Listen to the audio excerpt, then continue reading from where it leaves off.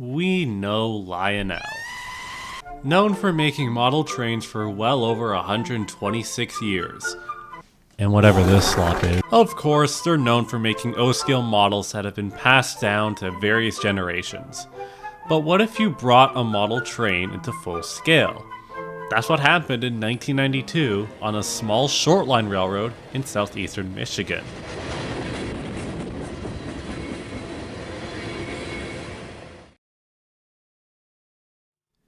The Adrian and Blissfield Railroad is a short-line railroad first opened on February 6, 1991 off a disused Conrail branch just southeast of Lansing, Michigan.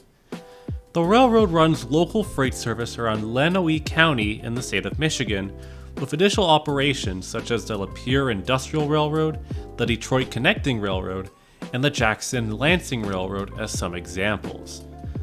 Alongside local freight, they run a dinner train out of Blissfield, once powered by their older GP9s, which is where our subject is today.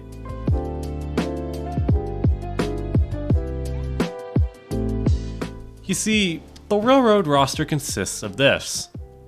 But a few years ago, they used to roster a handful of GP9s, originally from railroads such as the Pennsylvania Railroad and the Central Vermont. One of them was number 1752.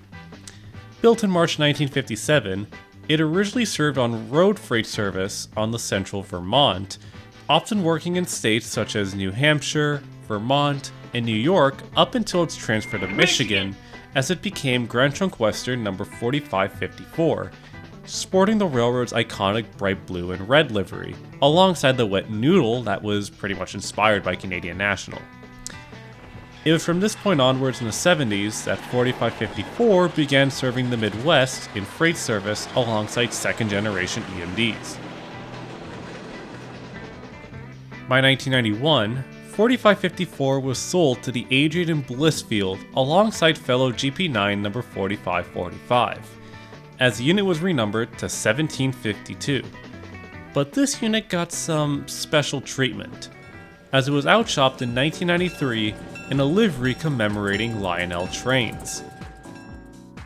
You see, this livery was sponsored by Richard Cugin, who was the CEO of Lionel at the time, with this livery being inspired by Lionel's 90th anniversary set, with some slight touch-ups. In fact, Lionel did a mock-up on an actual Lionel GP9 as a reference for the painters.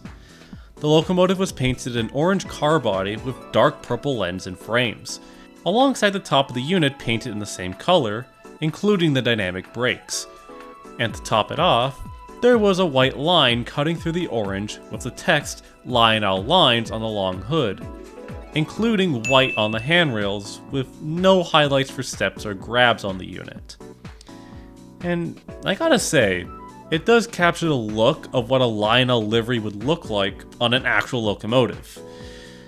But it looks good when it's on a toy, but on a full-size locomotive, it's... no.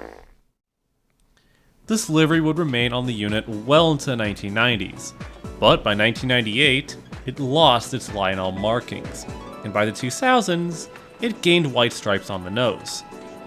It wasn't until 2005, however, when it received the Blissfield's livery just like its sister unit 1751. And afterwards, it continued in revenue service around Lenawee County until more recently being sold off the roster in May of 2025, being relocated down to a feed mill plant in Athens, Georgia, currently under ownership of Johnson Railway Services, where it remains as of today. I think, if I could find any photos of that, but maybe I'll flash them on screen right now.